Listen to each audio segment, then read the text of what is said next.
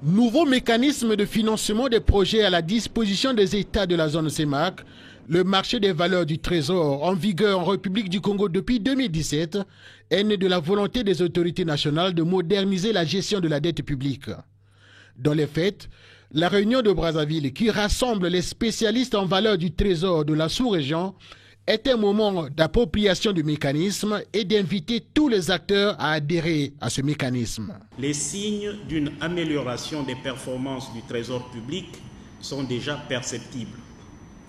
À fin mai 2018, comparé à l'ensemble de l'année 2017, nous relevons le montant total levé est d'un peu plus de 21 milliards de francs CFA contre 22 milliards de francs CFA sur toute l'année 2017.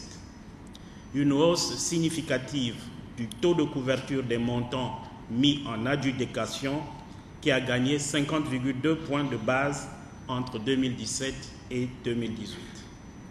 Cette tendance positive, nous la devons à tous ceux qui ont perçu nos efforts et se sont mobilisés pour accompagner le Congo. Parmi les exposés que les participants ont suivis après la cérémonie d'ouverture, on peut retenir les mécanismes des titres publics à souscription libre, un thème développé par Gatien Ondaï Obili de la BEAC. Vous avez le Trésor qui est émetteur. Émetteur dans le mécanisme, ça veut dire demandeur de l'argent auprès de ce qu'on appelle des investisseurs. Les compagnies d'assurance ou la CNCS sont potentiellement des agents qui ont dit à excédent de liquidité, donc qui cherchent des emplois pour leurs ressources.